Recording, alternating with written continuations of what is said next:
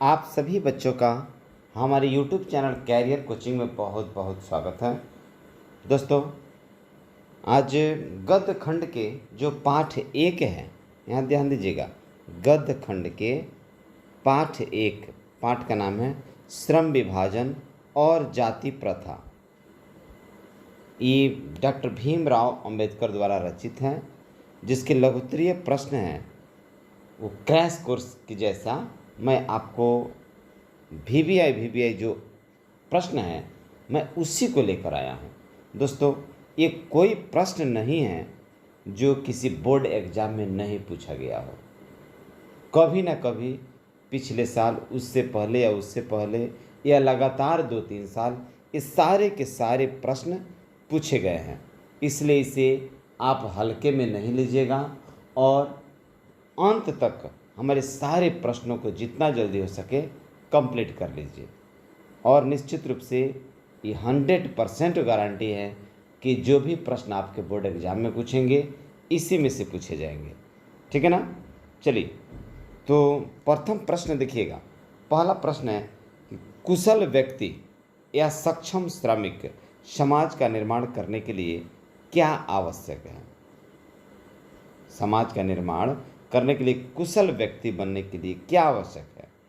तो यहाँ देखिएगा, उत्तर में देखिएगा कि कुशल व्यक्ति या सक्षम श्रमिक समाज का निर्माण करने के लिए आवश्यक है कि हम व्यक्तियों की क्षमता इस सीमा तक विकसित करें जिससे वह अपने पेशा या कार्य का चुनाव निजी क्षमता और योग्यता के आधार पर कर सके, न कि जाति के आधार पर। ठीक है ना? हमारा समाज क्या है? एक जाति के आधार पर कामों को बांट देता है, जिससे हमारा समाज बेहतर ढंग से नहीं बन पाता है।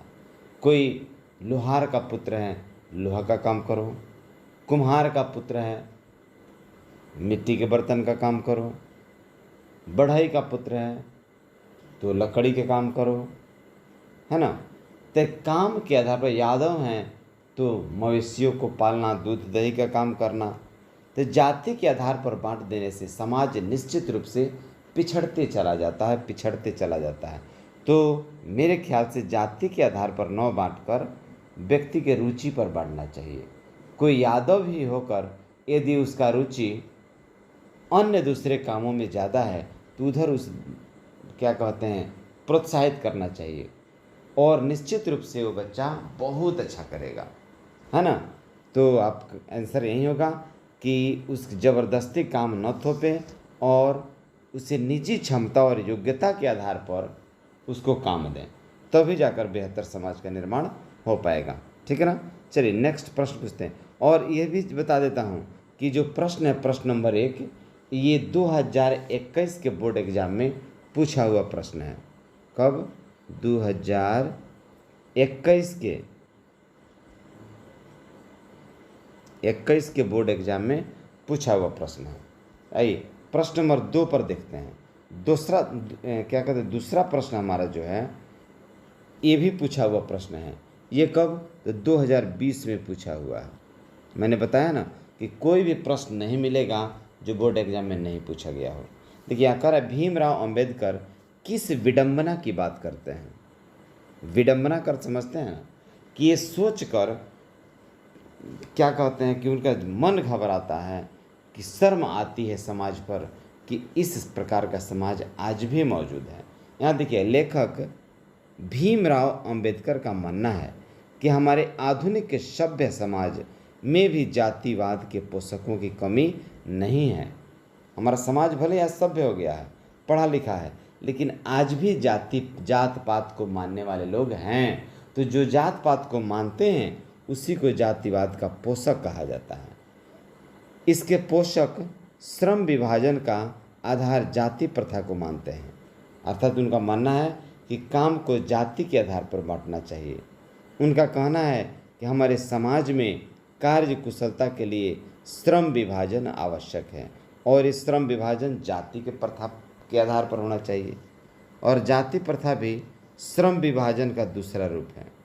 इसलिए इसमें कोई बुराई नहीं है, जबकि जाति प्रथा का दूषित सिद्धांत मनुष्य के प्रशिक्षण अथवा निजी क्षमता का विचार किए बिना गर्भधारण में, देखिए यहाँ लिखा हुआ है कि गर्भधारण में के समय ही मनुष्य का पेशा निर्धारित कर दिया जाता है। यह इस युग के सभ्य समाज के लिए बहुत विडंबना की बात है कि माँ के गर्भ में बच्चा पल रहा है और ये फिक्स हो जाता है कि वो जिस जाति का है वही कार्य करेगा। उसके पिता किस जाति के हैं तो फलाना जाति के, तो वही काम करेगा, अर्थात गर्भ में ही उसको निश्चित कर दी जाती है। ये ही विडंबना की बात है, ठीक है ना। तीसरा प्रश्न है कि जाति प्रथा भारत की बेरोजगारी का एक प्रमुख और प्रत्यक्ष कारण कैसे बनी हुई है। बहुत बड़ी बात है ये प्रश्न। क्या कहते हैं, ये प्रश्न भी पूछा हुआ प्रश्न है और एक बार नहीं, 17, 21, 22 2017, 2021 और 2022 ये 3 साल पूछा हुआ प्रश्न है। हो सकता है 23 में नहीं पूछा है, 24 में पूछ दें, लेकिन पूछेगा। तो जाति प्रथा भारत की बेरोजगारी के एक प्रमुख और प्रत्यक्ष कारण कैसे बनी हुई है, तो देखिएगा भीमराव अंबेडकर ने श्रम विभाजन और जाति प्रथा में लिखा है कि जाति प्रथा पेशे को दोषपूर्ण पूर्व निर्धारित ही नहीं करती, बल्कि मनुष्य को जीवन भर के लिए एक पेशा में बांध देती है। भले ही पेशा का अनुपयुक्त या अपर्याप्त होने के कारण वह भूखों मर जाए, प्रतिकूल परिस्थितियों में भी मनुष्य को अपना पेशा बदलने की स्वतंत्रता न हो तो भूखे मरने के अलावा क्या रह जाता है। इस प्रकार पेशा परिवर्तन की अनुमति न देकर जाति प्रथा भारत में बेरोजगारी का एक प्रमुख प्रत्यक्ष कारण बनी हुई है। चलिए एक चलती फिरती भाषा में मैं आपको समझा दूं कि प्रश्न आप जाने हैं कि जाति प्रथा भारत की बेरोजगारी का एक प्रमुख कारण क्यों बनी हुई है। तो आप ऐसे भी लिख सकते हैं कि कोई भी मनुष्य जिसमें अधिक इच्छा हो, चाह हो किसी काम को करने में, वो बड़ा ही लगन और मन से करता है। किसी काम में यदि चाह न हो, दबाव डालकर उसे कराई जाती हो, तो वो काम टालू बन जाता है, उस काम टालने के लिए करता है। टालते टालते टालते उस काम में मन नहीं लगता है और वो काम भी नहीं सीख पाएगा, कहीं का नहीं रहा। इस प्रकार बेरोजगारी धीरे धीरे बढ़ती जाती है ना, बेरोजगारी बढ़ती जाती है। और बेरोजगारी न बढ़े इसके लिए सबसे आवश्यक है उस व्यक्ति के इच्छा अनुसार हमें काम को देनी चाहिए। क्लियर। चलिए चौथा प्रश्न पर बढ़ते हैं। चौथा प्रश्न ये भी पूछा हुआ प्रश्न है और ये भी एक साल नहीं, 14, 16, 23 3 साल 2014 में, 16 में और 2023 में ये प्रश्न पूछा गया है। जाति भारतीय समाज में श्रम विभाजन का स्वाभाविक रूप क्यों नहीं कही जा सकती। ठीक है, अब देखिए भीमराव अंबेडकर ने श्रम विभाजन, श्रम का अर्थ होता है काम और विभाजन का अर्थ होता है बांट देना, और जाति प्रथा शीर्षक निबंध में भारत में व्याप्त जाति प्रथा की निंदा की है। निंदा का अर्थ होता है दोस्तों शिकायत। जाति प्रथा भारतीय समाज में श्रम विभाजन का स्वाभाविक रूप नहीं कही जा सकती क्योंकि यह मनुष्य की रुचि पर आधारित नहीं है। अभी मैंने बताया कि यह मनुष्य की इच्छा पर आधारित नहीं है। यह प्रथा पेशे की स्वतंत्रता का गाला घोंट देती है।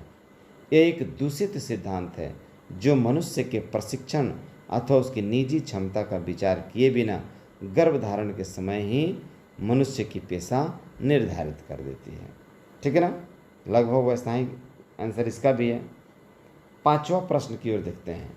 पांचवा प्रश्न कह रहा है कि सच्चे लोकतंत्र की स्थापना के लिए लेखक ने किन विशेषताओं को आवश्यक माना है। ये भी प्रश्न 2016 में पूछा गया है। ये पूछा गया प्रश्न है, 5 नंबर है, 5वां प्रश्न है। 8 प्रश्न मैं आपको बताऊंगा। तो यहाँ देखिएगा, भीमराव अंबेडकर का मानना है कि सच्चा लोकतंत्र स्वतंत्रता, समता और भ्रातृत्व पर आधारित होना चाहिए। भ्रातृत्व समझते हैं, भाईचारा। लोकतंत्र केवल शासन की एक पद्धति ही नहीं है। लोकतंत्र मूलतः सामूहिक जीवनचर्या की एक रीति तथा समाज के सम्मिलित अनुभवों के आदान प्रदान का नाम है। ऐसे समाज के बहुविध हितों में सबका भागीदारी होना चाहिए तथा सबको उसकी रक्षा के प्रति सजग होना चाहिए। ठीक है, आगे बढ़ते हैं। अर्थात एक दूसरे के प्रति श्रद्धा व सम्मान का भाव होना चाहिए। मन में कभी मत लाइए कि वो उच्च वर्ग का है और तुम नीच वर्ग के हो। ऐसा मन में आने से समाज में विभाजन होता है, समाज का विघटन होता है और समाज उन्नति की न करके अवनति करने लगता है, नीचे की ओर बढ़ने लगता है। ठीक है, प्रश्न नंबर 6 की ओर बढ़ते हैं। छठा प्रश्न हमारा देखिएगा। लेखक ने पाठ में किन पहलुओं से जाति प्रथा को एक हानिकारक प्रथा के रूप बताया है? निश्चित जाति प्रथा क्या है? बहुत बड़ा एक हानिकारक प्रथा है। ये प्रश्न भी आपका 2015 में पूछा जा चुका है ना। तो छठा प्रश्न देखिएगा, आंसर देखिएगा कि कैसे हानिकारक प्रथा बना हुआ है। उत्तर है मानव मुक्ति के पुरोधा एवं संविधान निर्माता। मानव मुक्ति के पुरोधा और संविधान निर्माता भीमराव अंबेडकर ने श्रम विभाजन और जाति प्रथा शीर्षक निबंध में जाति प्रथा को हानिकारक प्रथा बताया है। यहाँ देखिएगा, जाति प्रथा श्रमिकों को ऊंच और नीच में बांट देती है। जाति प्रथा पेशा चयन की स्वतंत्रता का गला घोट देती है। क्या पेशा चयन समझते हैं ना? अर्थात किसी व्यक्ति को उसकी इच्छा के अनुसार काम नहीं मिल पाती है। श्रम विभाजन की दृष्टि से भी जाति प्रथा दोषपूर्ण है। यह मनुष्य की इच्छा पर निर्भर नहीं है। मनुष्य की व्यक्तिगत भावना तथा व्यक्तिगत रुचि का इसमें कोई स्थान या महत्व नहीं रहता। तो श्रम विभाजन की दृष्टि से भी जाति प्रथा दोषपूर्ण है। यह मनुष्य की इच्छा पर निर्भर नहीं है, बताया ही है। और देखिएगा, मनुष्य की व्यक्तिगत भावना तथा व्यक्तिगत रुचि का इसमें कोई स्थान या महत्व नहीं रहता है। आर्थिक पहलू से भी जाति प्रथा क्या है? हानिकारक है, क्योंकि लोग रुचि के साथ काम नहीं करते, और जब रुचि के साथ काम नहीं करेंगे तो वो काम टालू हो जाएगा, काम में मन नहीं लगेगा। यह प्रथा मनुष्य की स्वाभाविक प्रेरणा, रुचि, आत्मशक्ति को दबाकर उन्हें अस्वाभाविक नियमों में जकड़कर और निष्क्रिय बना देती है। जब मनुष्य निष्क्रिय बन गया तो निश्चित रूप से समाज प्रगति नहीं करेगा, बेरोजगारी बढ़ेगी, देश दिन प्रतिदिन नीचे की ओर बढ़ेगा, है ना। चलिए नेक्स्ट क्वेश्चन है हमारा 7 नंबर। 7वां प्रश्न देखिएगा। 7वां प्रश्न करा, लेखक के अनुसार आदर्श समाज में किस प्रकार की गतिशीलता होनी चाहिए? अर्थात किस समाज को हम आदर्श समाज कहेंगे? ये प्रश्न भी आपको 2018 के बोर्ड परीक्षा में पूछा जा चुका है। यहाँ देखिएगा, लेखक भीमराव अंबेडकर के अनुसार किसी भी आदर्श समाज में इतनी गतिशीलता होनी चाहिए जिसमें कोई भी वांछित परिवर्तन समाज के एक छोर से दूसरे छोर तक संचारित हो सके।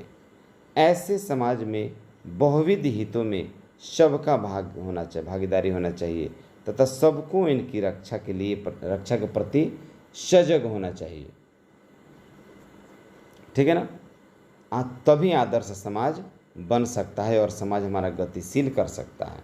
कब? जब प्रत्येक लोग एक दूसरे को सम्मान देने लगे, आदर देने लगे, दूसरे के दुखों को समझने लगे और दूसरों को आगे बढ़ने में मदद कर सके। ठीक है ना। प्रश्न नंबर 8 और हमारा अंतिम प्रश्न है ये। 8वां प्रश्न देखिएगा।